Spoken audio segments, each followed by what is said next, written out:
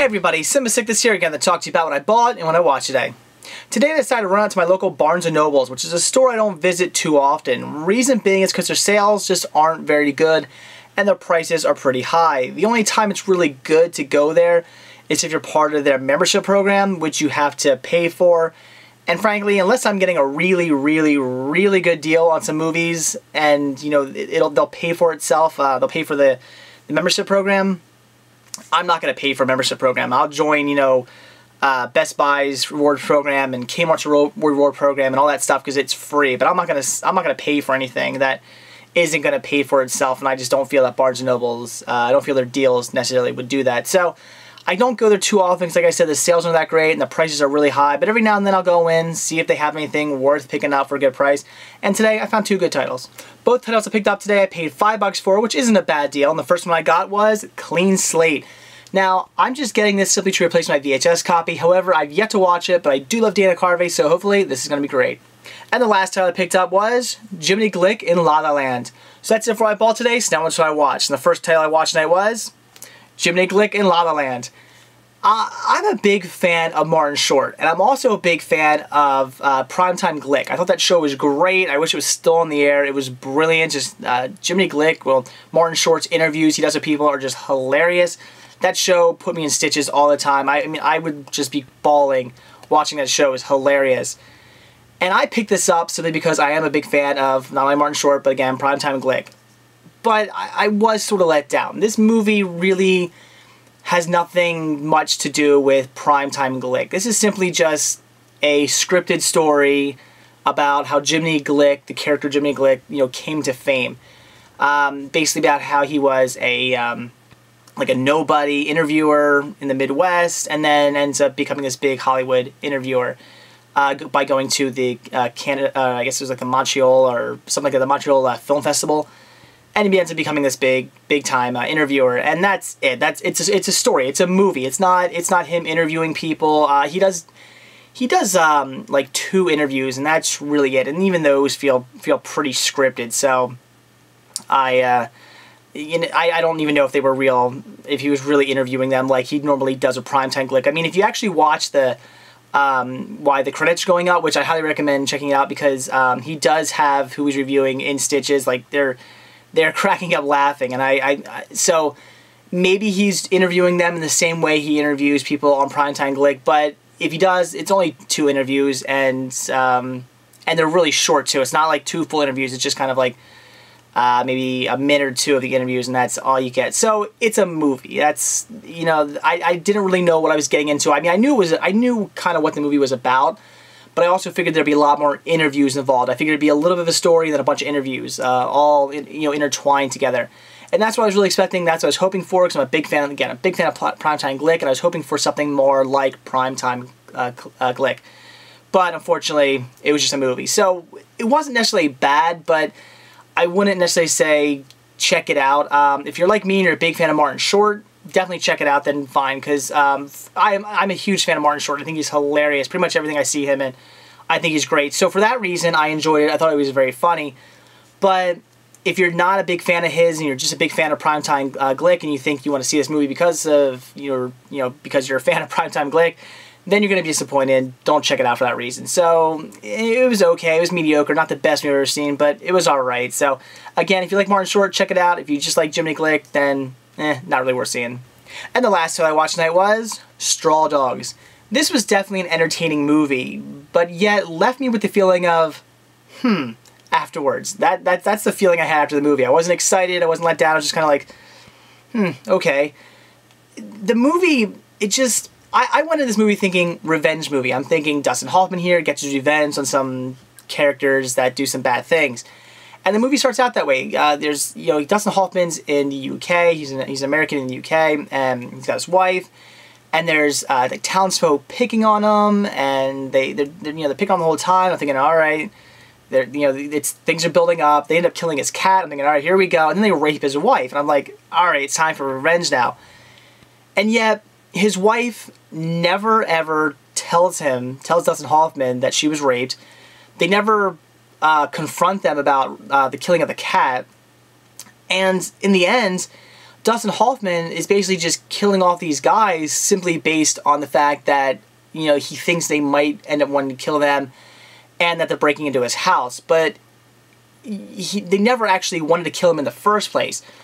There's also a little subplot of, I suppose, they never actually say he's a child molester, but it's a guy who I guess fancies young girls. And he ends up taking this young girl, and he ends up killing her, which is a scene straight out of A Mice and Men. When Lenny accidentally kills that girl, that is totally how that girl dies in this movie. When I saw that, I was like, wow, they just totally ripped off A Mice and Men. So, so there's this little subplot of that, and he ends up taking this girl and accidentally killing her. And he's running away, and Dustin Hoffman hits him with his car. Dustin Hoffman takes him back to this house, and of course the townsfolk are now in an uproar because he took this girl.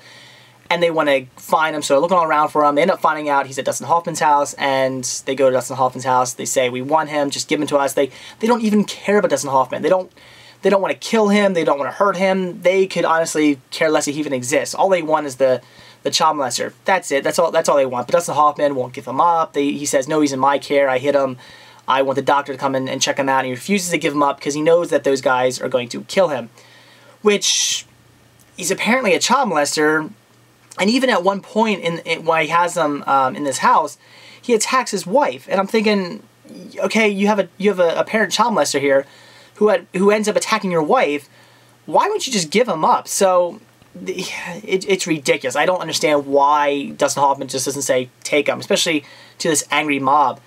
So the mob ends up trying to break into the house, you know, throwing bricks through the windows, trying to beat down doors and stuff. And Dustin Hoffman has to save himself. So he ends up killing off the entire group of people, which you can tell he's sort of enjoying doing, because this mob of people were just terrorizing him. Maybe I shouldn't say terrorizing, but definitely picking on Dustin Hoffman throughout the entire film, giving him a hard time. And two of them did rape his wife, although he doesn't actually know they raped him. So you can tell he's sort of enjoying it, but at the same time, it's like it wasn't like you felt like he was getting his revenge. You weren't like rooting for him. You're like, yeah, Dustin Hoffman's kicking some ass and getting revenge for the way they treated him and the rape of his wife and the killing of his cat. No, he's just basically protecting himself because there's these group of people who he's scared now. Oh well, I didn't give him this child molester, and I've been keeping him in my house now, and I'm not letting him in, and it's going on for too long. Now they're probably going to want to kill us. So that's why he's trying to protect himself. And it's just, that's what made me go, because you didn't really root for him. You didn't feel for Dustin Hoffman's character at all, because he wasn't really getting his revenge. He was just kind of protecting himself, and he didn't even need to be. He just should have given him the child molester in the first place. Why he didn't give it to him, I don't understand that. Especially after he attacked his wife. I mean, I can live with the fact that, okay, he hit this guy with his car, and he knew that the townspeople were going to kill him, which, frankly, if I had a child molester in my house, I would kill him, let alone letting, he would have been dead before the mob even got there. But that's besides the point. I can understand, okay, maybe he's like a pacifist or something, and he wants to see him go to jail as opposed to getting killed. Fine. But then he attacks his wife. I would have been like, you know what, the hell with this guy. Child molester, also going after my wife, take him. So that it just bugged me that I didn't feel like Dustin Hoffman was getting his revenge. I really wish he would have been getting his revenge for the killing of his cat, for the picking on him, for the rape of his wife, not just because he was protecting his house. That bugged me. And also the character of Dustin Hoffman altogether, you don't really feel for him because he's kind of a dick. The way he treats his wife in this movie is not good. Him and his wife have the worst relationship ever. I mean, 1 minute they're lovey-dovey, and the next minute Dustin Hoffman's being a complete ass to her. So, I don't know if they're trying to make it look like he's like wrapped up in his work or whatnot, but he doesn't come off as just some guy wrapped up in his work. He comes off as just a complete dick. So you don't ever really feel for his character. In fact, there's one scene at the end where the wife just says, just give him, the child molester, just give it to him already. Like, they're tearing down her house.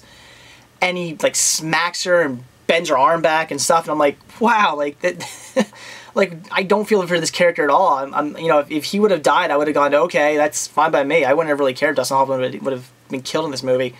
So, that's why at the end, I'm left with just kind of a, sort of feeling. Because, it was an entertaining movie, and I did enjoy it, but you never really rooted for anybody. And in the end, nothing was ever necessarily resolved. These guys were killed, and it's not that you weren't happy they were killed, because they did bad things. Again, they picked on Dustin Hoffman, they killed his cat, and they raped his wife.